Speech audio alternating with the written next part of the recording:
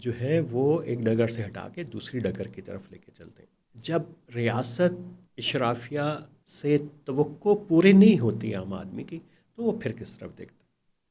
وہ دیکھتا ہے کہ اچھا یار یہ جو کچھ لوگ مزاحمت کر رہے ہیں جن کو دنیا جو ہے انتہا پسند کہتی ہے، دہشت گرد کہتے ہیں، ان کی طرف دیکھتے ہیں کہ یار یہ ان کا کیا نقطۂ نظر ہے. وہ پھر ایک دم سے ان کے نیریٹو کو ایکسپلور کرنا شروع کرتا ہے ایک عام ذہن اور ایک پڑھا لکھا بے چین ذہن جو ہے مسلم سوسائٹی کا. تو کیونکہ ایک لمٹ سے وہ دوسری لمٹ کی طرف ہی جائے گا اور دونوں ایک ہی شیڈ کے دوسرے دو حصے ہیں. تو وہاں پہ بھی دیکھتا ہے کہ یہ تو وہی صورتحال ہے کہ جب یہ گروہ نان اسٹیٹ ایکٹرز جب مزاحمت کے موڈ کے اندر ہوں تو ان کا رویہ اور ہوتا ہے، اور جب ان کو حکومت مل جائے یہ تو ویسے ہی بیہیو کرتے ہیں کہ جیسے کہ عام ریاست کرتی ہے، جیسے سعودی عرب کی کرتی ہے، یو اے کی، قطر کی، عمان کی، ایران کی، پاکستان کی، انڈونیشیا کی، ملائیشیا کی، مراکش کی. تو یہ مایوسی تب ہوتی ہے، ان سے زیادہ مایوسی ہوتی ہے. تو آج ہم کوشش یہ کریں گے کہ یہ جو دو رجیمز، خاص طور پہ ایران کو ہم تھوڑا سا ہٹ کے اس کے اوپر کبھی بات کریں گے، کچھ پہلے ہم نے کی بھی ہے پچھلے کچھ پروگرامز میں بات. وہاں پہ جو حت التحریر شام کی جو حکومت ہے اور افغانستان میں جو طالبان کی حکومت ہے، یہ تو ایک بڑی مزاحمت کے بعد دنیا کو ہرا کے جو ہے وہ اقتدار کے اندر آئی ہیں اور فاتح اپنے آپ کو سمجھتی ہیں کہ ایک نے اتنی بڑی اسد رجیم کو گرایا، ایک نے نیٹو کی فوجوں کو بھگایا. تو ان کو کیا ہوا، یہ بھی صرف جو ہے اسی طریقے سے صرف بیانیہ کھانے کو دیتے ہیں عام آدمی کو، نعرے بہت لگاتے ہیں فلسطین کے حق میں، اسرائیل کے خلاف، لیکن پریکٹیکلی کچھ نہیں کرتے. تو ظاہر ہے کہ جس وقت یہ لوگ حکومت میں آئے تو ان کے کچھ ایک تھاٹ پروسیس ہوا ہوگا، اور وہ تھاٹ پروسیس جو ہے کسی ایگریمنٹ کی صورت کے اندر نکلا ہوگا.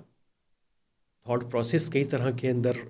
ہوتا ہے مختلف نظریاتی تحریکوں کے اندر، اور خاص طور پہ جب وہ وائلنس کی طرف آ جائیں تو ایک سیگمنٹ جو ہے وہ محسوس کرتا ہے کہ وائلنس سے چیزیں حل نہیں ہو پائیں گی، اب ہمیں اس کو سیاسی حل کی طرف جانا چاہیے. اور جو ان کے ساتھ جن کے ساتھ مقابلہ ہوتا ہے وہ بھی آخر تھک چکا ہوا ہوتا ہے. اور افغانستان کے اندر تو ایک لمبا کانفلکٹ چلا، اور شام اور عراق میں تو بہت عرصے سے چل رہا ہے، اس سے بھی زیادہ طویل عرصے سے دبا دبا سا چل رہا تھا، پھر ایکسپوز ہوا 2004 کے اندر. تو وہاں پہ بھی دونوں کی ایک سطح کے اوپر آ کے وائلنس سے اکتاہٹ جو ہے وہ پیدا ہوتی ہے، اور اس کے نتیجے کے اندر جو ہے دونوں سائڈ جو ہیں ایک سیاسی حل کی طرف اور ایک عملیت پسندی کی طرف جاتی ہیں، اور جذبات کا جو غلبہ ہے وہ اترنا شروع ہوتا ہے. اور پھر پریگمیٹزم کی جب ڈومین کے اندر دونوں اطراف جاتی ہیں تو تبھی جا کے ریزولوشن ہوتی ہے اور مسئلہ حل ہوتا ہے. یہی جو ہے وہ افغانستان کے مسئلے کے اندر ہوا، اور ویسے ہی شام میں شارع کی حکومت ایسے کر رہی ہے کہ ایک طرف وہ اسرائیل کے ساتھ جو ہے وہ سیپریشن ایگریمنٹ کی ریسٹوریشن کی بات کر رہی ہے، ترکی کے ساتھ اس کے تعلقات ہیں، ٹرمپ سے ان کی ملاقاتیں ہیں، یورپ کے ساتھ ان کے تعلقات بہتر ہو رہے ہیں. طالبان جو ہیں وہ کچھ جو ہے چیلنجز کا ان کو سامنا ہے، ان کا بھی ہم ذکر کرتے ہیں. لیکن یہ تھاٹ پروسیس جو ہے جو یہ بڑا امپورٹنٹ ہے، جو کسی نہ کسی پیکٹ ایگریمنٹ جیسے دوحہ ایگریمنٹ اس کی صورت کے اندر نکلا، اور سیریا کے اندر ساری پارٹیاں بیٹھیں تو ایک وہ متفقہ چارٹر کے اوپر پہنچے کہ آگے کیسے چیزیں ہوں گی، الیکشن کیسے ہوں گے، اور ریاست کا نظام کیسے چلے گا. تو پریگمیٹزم جو ہے وہ ڈیولپ ہونا شروع ہوتا ہے. اور ظاہر ہے کہ ہم نے بات کی کہ وائلنس کی ایک لمٹ ہوتی ہے، اور جو اسرائیل اور کی ایگریشن چل رہی ہے غازہ میں، ویسٹ بینک کے اوپر شروع ہو گئی ہے، ظاہر ہے کہ اس کے اوپر بھی آوازیں آنا شروع ہو گئی ہیں. اور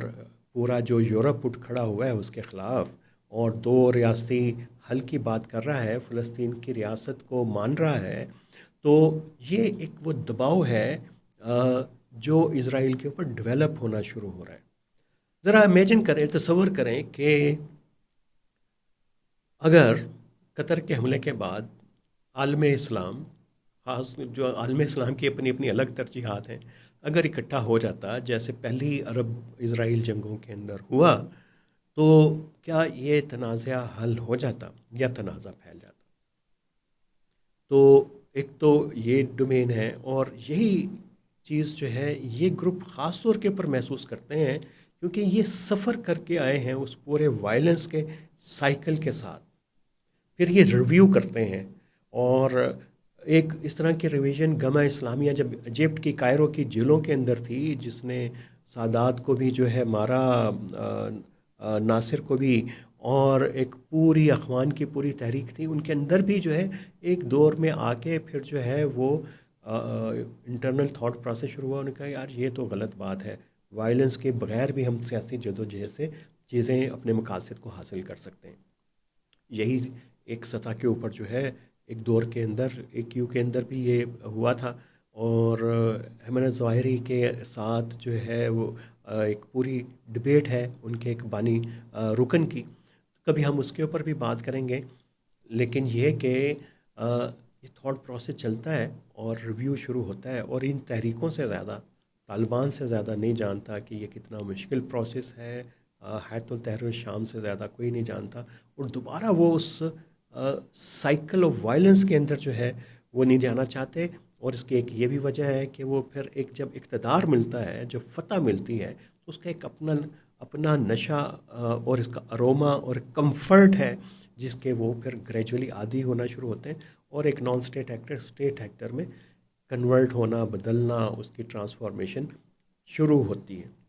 لیکن بہرحال چونکہ انسان ہے، انسانی سوسائٹی ہے، کنٹراڈکشنز اس کے اندر تو رہتی ہیں، اور پھر یہ بھی کہ یہ پراکسی کا جو پورا نظریہ ہے، اور ہر نان اسٹیٹ ایکٹر کو باقی سب شخص سے دیکھ رہے ہوتے ہیں کہ یار اس کے پیچھے کہیں انڈیا ہے، اس کے پیچھے جو ہے اسرائیل ہے، اس کے پیچھے امریکہ ہے، اس کے پیچھے یہ ہے، اس کے پیچھے وہ ہے، ہوتے بھی ہیں۔ جیسے ہم نے دیکھا کہ ایران کی پراکسس کو جو ہے اسرائیل نے، اور کسی حد تک امریکہ نے یمن میں، اور یو کے نے ان کو اٹیک کیا، ختم کرنے کی کوشش کی۔ تو یہ پھر پراکسی کا جو انٹرسٹ ہے وہ بھی جو ہے اپنے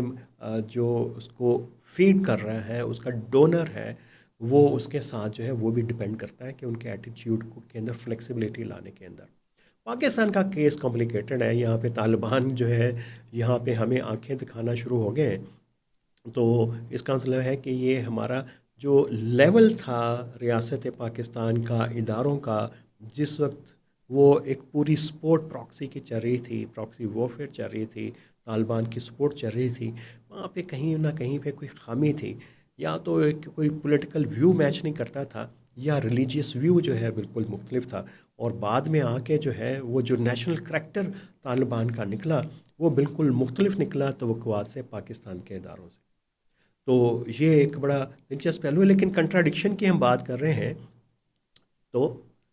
کنٹراڈکشن تو ہیں طالبان کے اندر بھی۔ انہوں نے بڑے وعدے کیے تھے، یہ طالبان پوائنٹ ٹو جو ہے یہ ایک نئی حکومت لائیں گے، کنسنسس گورنمنٹ لائیں گے، وہ تو ختم ہو گئی، ٹیگ شیگ ختم ہو گئے، پھر پابندیاں جو ہیں وہ تیزی سے بدلنا شروع ہو گئی۔ تو یہ کیا ڈائیکوٹمی ہے کہ دنیا کے ساتھ تو پیار، اور آپ جو ہے امریکہ، چین کے ساتھ تعلقات کو، سعودی عرب کے ساتھ تعلقات کو مثبت رکھنے کے لیے، دنیا سے اپنے آپ کو تسلیم کروانے کے لیے تو بڑے پریگمیٹک ہیں، بڑی جو ہے آپ کی اقلیت پسندی ہے، لیکن جب معاملہ آ جائے عوام کو تو وہاں پہ سختی، غیروں سے پیار اور اپنوں سے جو ہے وہ جو خار، یہ کیا پالیسی ہے؟ اور ابھی آپ کو پتا کہ 674 کتابوں پہ طالبان نے یونیورسٹیز میں پابندی لگا دی ہے کہ یہ ایران سے آئی ہیں، یہ وہاں سے آئی ہیں، یہ یہاں سے آئی ہیں، اپنے ہی لوگوں کے اوپر، ان کے پڑھنے کے اوپر اور یہ بھی اس قسم کی بھی آ رہی ہیں کہ انٹرنیٹ بند ہو رہا افغانستان کے اندر، اور وہاں پہ مولا ہیبت اللہ جو ہیں وہ انہوں نے غیر اسلامی قرار دے دیا ہے، یعنی کلوز سوسائٹی ہے۔ تو یعنی جہاں پہ بس چلتا ہے، جہاں پہ پانی نیچے کی طرف بہتا ہے، اور وہ آرڈر کے نام کے اوپر کہ آرڈر کیا ہے، آئیڈیولوجیکل آرڈر ہے، مذہبی آرڈر ہے، ان کا اپنا ٹرائبل آرڈر ہے، اس کو نفاذ کرنے کے لیے سختی۔ اور چونکہ دنیا کا ساتھ آپ نے کاروبار کرنا ہے، معیشت کو چلانا ہے، ڈپلومیسی چلانی ہے، تو پھر وہاں پہ آپ کے پریگمیٹزم جو ہے آپ کے